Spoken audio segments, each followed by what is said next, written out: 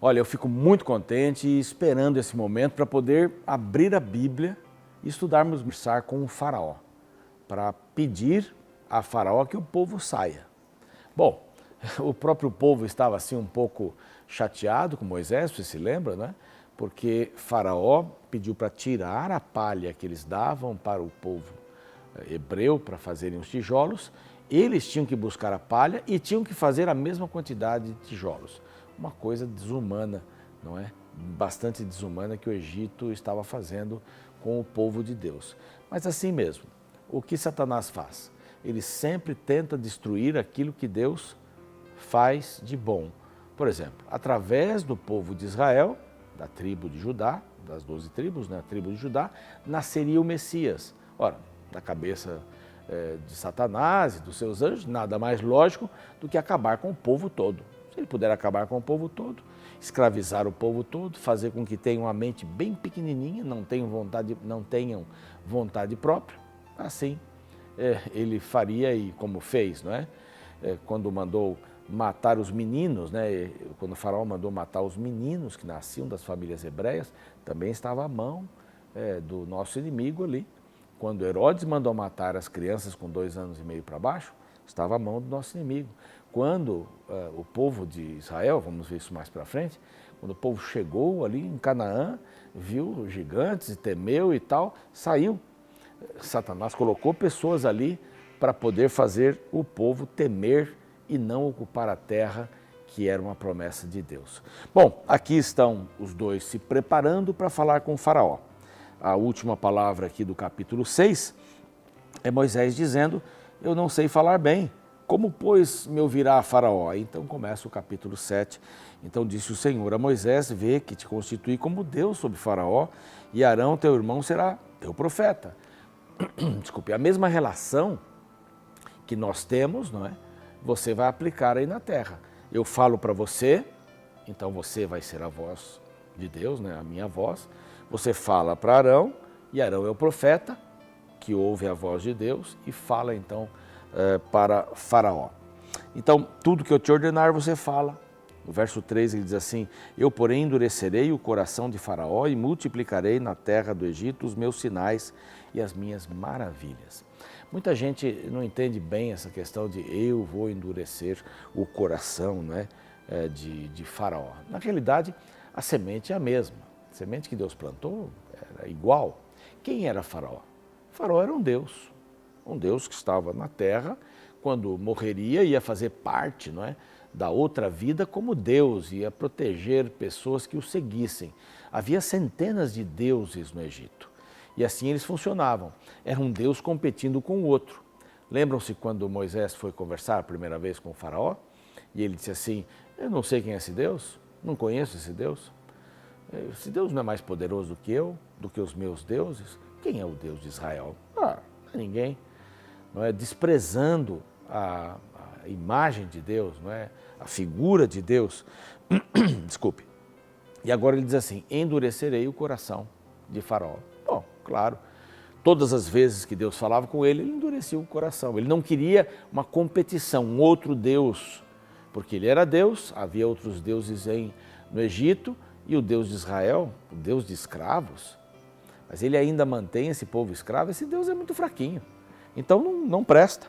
E eles começaram a conversar na direção de falar com, ou andar na direção de falar com o faraó. Moisés tinha 80 anos, diz aqui, era a segunda fase, né?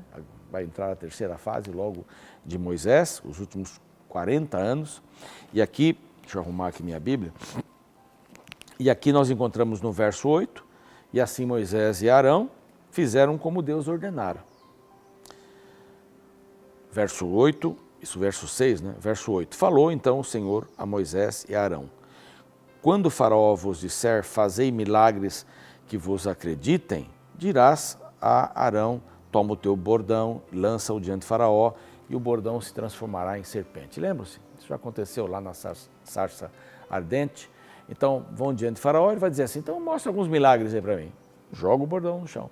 E eles fizeram isso, foram diante de Faraó, que pediu que eles fizessem o milagre e fizeram diante dos oficiais de Faraó. O lançamento do bordão se transformou numa serpente e os magos, os sábios lá de Faraó também fizeram a mesma coisa. Só que a serpente de Moisés, né, comia a serpente dos magos lá, dos encantadores de Faraó. Mas ele endureceu o seu coração, verso 13 diz assim: endureceu todavia o coração de Faraó e não os ouviu, como o Senhor tinha dito. Acontece agora a primeira praga. E a primeira praga, esses sinais que Deus disse, né, que aconteceriam, a primeira praga é justamente sobre o Nilo, o bem mais precioso daquele povo do Egito. O Nilo não era só um objeto de adoração, como um deus, não é? Tudo que vinha do Nilo era bom.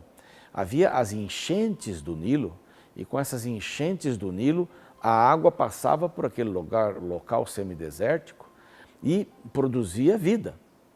E quando voltava o Nilo ao seu curso normal, então eles tinham como plantar. Então as margens do Nilo eram muito férteis, né? O próprio povo de Israel estava à margem do delta do Nilo, lá para cima. E ali eles plantavam, eles cultivavam, eles mantinham seus animais. Então o Nilo era, o Egito, né, dependia muito do Nilo. O Egito não seria o Egito sem o Nilo. Então, além de ter um fator espiritual, adoravam o rio também, né? Era um deus para eles. Também havia a questão da dependência econômica, da dependência da vida. Então, o sinal seria no rio Nilo. O rio seria maldito, seria amaldiçoado. E o que aconteceu? Faraó estava saindo para o seu banho matinal no deus Nilo, e quando saiu, o Senhor Deus pediu que eles solicitassem a Faraó que saíssem novamente, né? Deixa o povo sair. Faraó negou. No verso 17 diz assim: nisto saberás que eu sou o Senhor. Com este bordão que eu tenho, verso 17, né? Na mão ferirei as águas do rio e se tornarão como sangue. E foi exatamente o que aconteceu. Quando ele bateu, as águas se transformaram em sangue. E os magos fizeram alguma coisa semelhante também. E por 7 dias o rio ficou como sangue. Os egípcios precisaram cavar poços ali ao redor para obter a água pura. Bom, o caso estava bastante difícil, por quê? Porque os peixes morreram, não é? A vida que o rio produzia para o povo do Egito, imaginem quantidades de peixes que estavam mortos agora nas margens do rio. Esses peixes que seriam pescados, seriam comidos, agora não prestavam para mais nada. E começou a cheirar mal tudo aquilo. Mas a Bíblia diz aqui, como os magos de Faraó também fizeram coisa semelhante, conseguiram colorir aí a água do rio, vejam, é a segunda vez, né?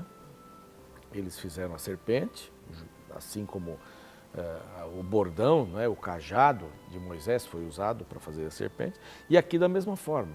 Quer dizer, o diabo sempre tem uma contrafação. Sempre tem, sempre tem. A família, o modelo de Deus, ele tem uma contrafação. A família moderna, que tem uma porção de descaminhos aí em relação à vontade de Deus. Mas por causa disso, aqui diz, endureceu o seu coração novamente. Meu querido, minha querida, você sabe que nós temos que estar bem ligados na palavra de Deus para fazer essa diferença entre aquilo que é de Deus e aquilo que é do mal.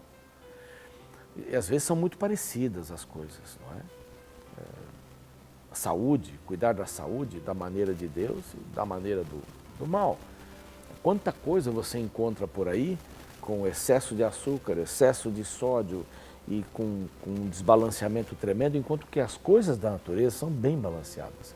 E assim é na família, assim é no amor, o amor falso, o amor verdadeiro, a mentira e a verdade. Sempre existe uma contrafação. Que Deus possa abençoar você, que seus olhos estejam abertos, que não endureça o seu coração.